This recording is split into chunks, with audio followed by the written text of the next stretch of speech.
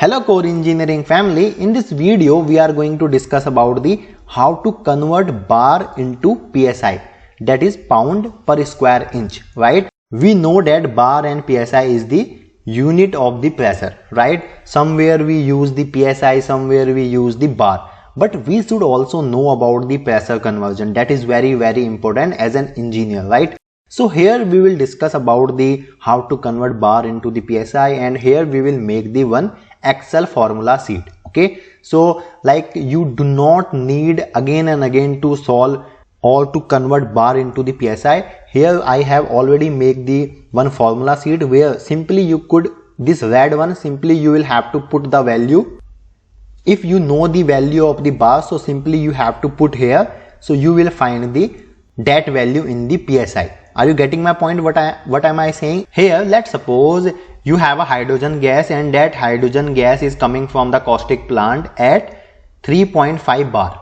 Okay, bar G you can also say, right? So now you have to convert that 3.5 G into the PSI. So what I have done here, simply this is 3.5 value you have put here, and here I have made the formula. So when I am writing here, let's suppose I am writing here 3.2, and when I'll enter, so you could simply see here the value in PSI will be 46.11, right, pound per square inch. Now how I made this formula, that we are going to discuss, right? So let's discuss first of all from the basics. So one atmospheric pressure, what is the value, what is the standard, what is the value of the standard atmospheric pressure? The value is 101325 Pascal. Okay, that Pascal is also known as the Newton per meter square, right?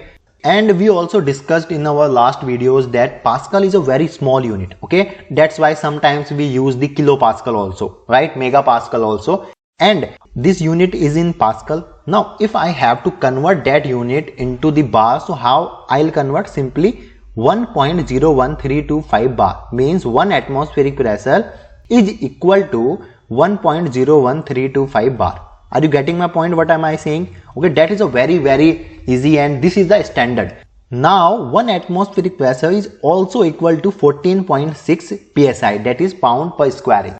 So this value is, one atmospheric pressure is equal to 14.6 psi, but we have to convert bar into the psi. Please understand this, right? So now what I have done here, simply this, see here, one atmospheric pressure is equal to, here I am writing one atmospheric pressure is equal to 1.01325 bar. Okay, now one bar will be, see here, one bar will be one atmospheric divided by 1.01325. Same I have done here. So here you can simply see that at the E6 cell, when you will double click here, so you will find that what I have done here, 1 divided by E5. Okay, E5 is this one, 1.01325. okay, so your one bar is equal to 0.9869233 atmospheric pressure. Okay, just minimize it to the like 2 decimal. Okay, now see here, one bar is equal to 0.99 atm. Okay, and we know that 1 atm is equal to 14.6 psi. So one bar will be equal to, simply what you have to do, you have to multiply, just double click here, so 0.99, okay, into 14.6, same I have done here. Okay, so what you have to do, simply enter here. Now same, minimize it to the second decimal, okay, till second decimal, so it will be 14.41 psi. Okay, so you could simply say that one bar is equivalent to 14.41 psi, right? So now what you have to do, so let's suppose you know the value of the pressure in bar. So you know the pressure in bar, that is 3.2 or something, it could be anything. Okay, so now you have to convert that into the psi. So how you will do? Simply the value, okay, let's suppose here is nothing. Okay, here is nothing. Now see here, what you have to do here, E9, just double click here, E9, because one bar is equal to 14.41. okay, so what I have done here, simply the value, okay, which you know in the bar, into 14.41. so you will find out the value in psi. How? Just see here, if you want to cross check your formula, write 1 and enter. So when you write 1 and you enter, so your value is coming in PSI, that is 14.41. It means that your formula is right.